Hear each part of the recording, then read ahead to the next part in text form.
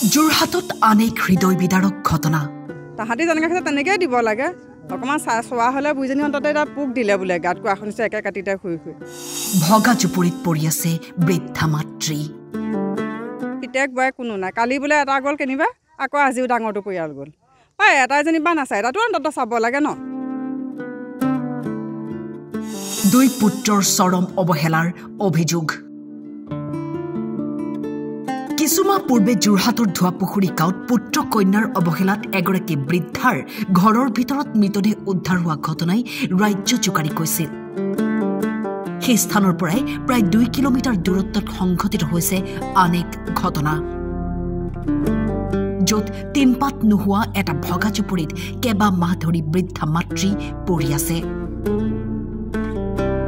দুই পুত্ৰৰ চূড়ান্ত অৱহেলাত তিল তিলকৈ মৃত্যুৰ যন্ত্ৰণাত চটফটাই আছে মাতৃগৰাকী।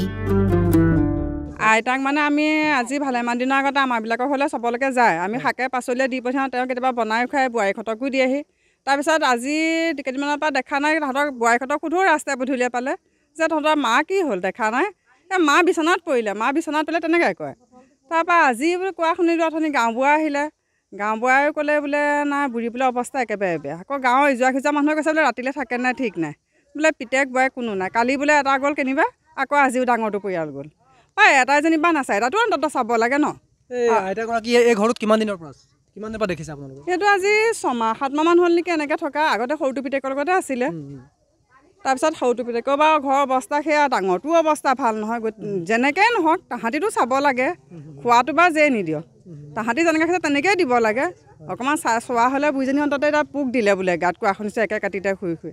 তেনেকুৱা এটা অৱস্থা যাতে বেলেগৰ নহওক আৰু মই সেইটোৱে বিচাৰোঁ। যোৰহাট জিলা প্ৰশাসনলৈ কিবা আপোনাৰ আহ্বান থাকিব নেকি, যিটো স্থায়ী হিচাপে আপুনি? প্ৰশাসনে মানে এইটো এটা উপযুক্ত তেনেকুৱা শাস্তি এটা দিয়ক মানে কি আৰু যাতে বেলেগে মানে কোনো ল'ৰাই যাতে মাক দেউতাকক কেনেকুৱা নকৰে, মোৰ সেইটোৱে তেওঁলোকলৈ অনুৰোধ। আন্ধাৰ কোঠাত আইগৰাকীৰ আৰ্তনাদ নুশুনে কোনেও। বহুদিন ধৰি ভালকৈ খাবলৈ নাপাই ৰোগত আক্ৰান্ত হৈ আছে। ইফালে কিনকিনীয়া বৰষুণ। আইগৰাকীৰ খবৰ নাপাই খবৰ ল'বলৈ আহিল একাংশ লোক। জানিব পৰা মতে ৰাতিয়ে বৃদ্ধাগৰাকীক যোৰহাট চিকিৎসা মহাবিদ্যালয়ত ভৰ্তি কৰোৱা হয়। হস্পিটেলৰো মই আমাৰ একাউণ্টেণ্টজনকো মাতি আনিছিলোঁ।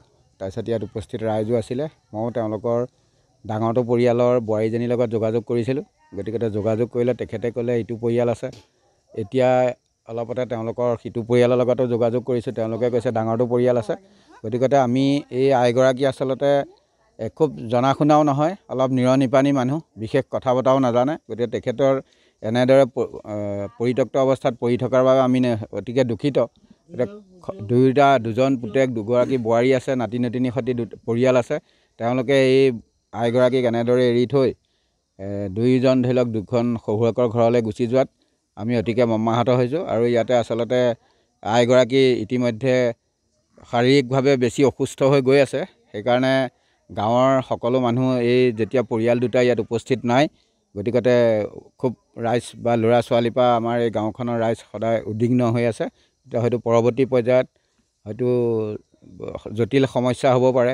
সেই বিষয়ে আমি এই নিউজৰ জৰিয়তে আমি অসমবাসীক জনাব বিচাৰিছোঁ যে নিজৰ মাতৃ জ্ঞান কৰি বা আইক জন্মদাত্ৰী আইক মানে মাতৃসমক জ্ঞান কৰি আমি যাতে অনাগত দিনত আৰু যাতে এনেকুৱা নহয় তাৰেই কামনা কৰিছোঁ। যোৰহাটৰ পৰা জিন্তু দেওধাই ফুকনৰ ৰিপৰ্ট, টাইম 8।